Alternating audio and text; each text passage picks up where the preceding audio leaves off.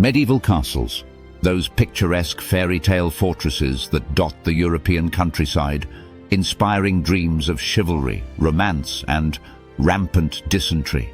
Yes, dear reader, behind the towering stone walls and charming turrets lies a world of dark, dirty, and downright bizarre secrets that would make even the most hardened historian blush.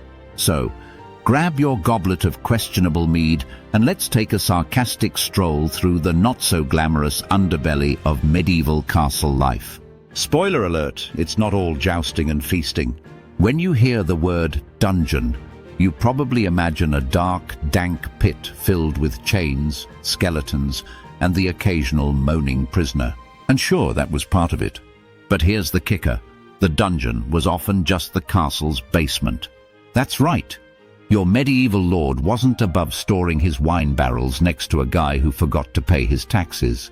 Multifunctional spaces were all the rage in the 12th century. Why waste a perfectly good room on just one purpose when you could also use it to psychologically torture someone? The guard robe, the medieval answer to the modern bathroom. This charming little nook was essentially a hole in the wall that dropped waste directly into the moat or a cesspit below. But wait, it gets better. The garderobe was often located right next to the kitchen or dining hall because, apparently, medieval architects thought nothing paired better with a hearty meal than the aroma of human excrement. And let's not forget the rumor that hanging your clothes in the garderobe would keep moths away, because nothing says fresh laundry like the scent of sewage. Secret passages are a staple of castle lore, and for good reason. These hidden tunnels weren't just for dramatic escapes during sieges, though that did happen.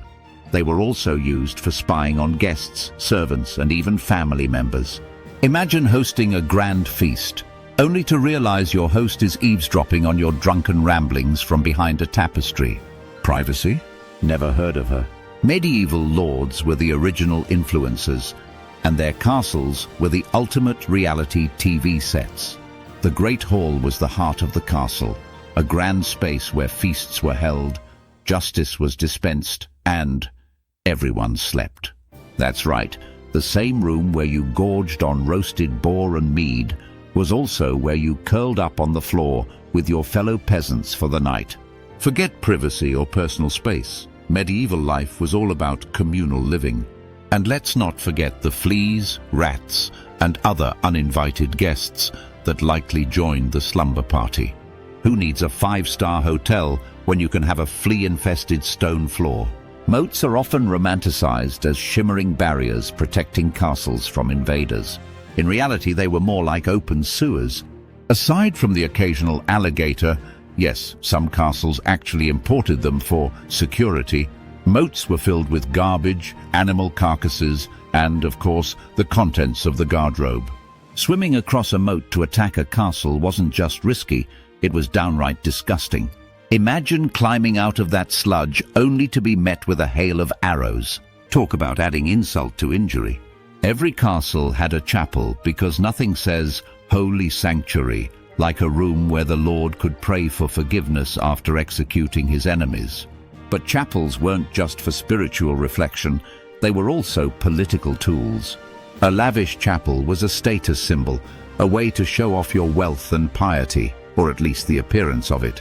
And let's not forget the convenient acoustics, perfect for ensuring everyone heard your confession or your latest scheme. The keep was the innermost stronghold of the castle, designed to be the last line of defense during an attack.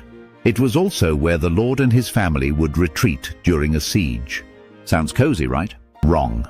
The keep was often cold, damp, and cramped, with little ventilation and even less natural light. And if the siege dragged on, you could look forward to dwindling food supplies and the constant threat of disease. But hey, at least you weren't outside getting arrows shot at you. Silver linings, right? So there you have it, the dark, dirty, and downright absurd secrets of medieval castles.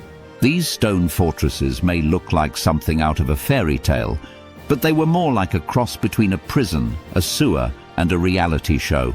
Yet, despite their flaws, castles continue to captivate us, reminding us of a time when life was brutal, bizarre, and occasionally hilarious.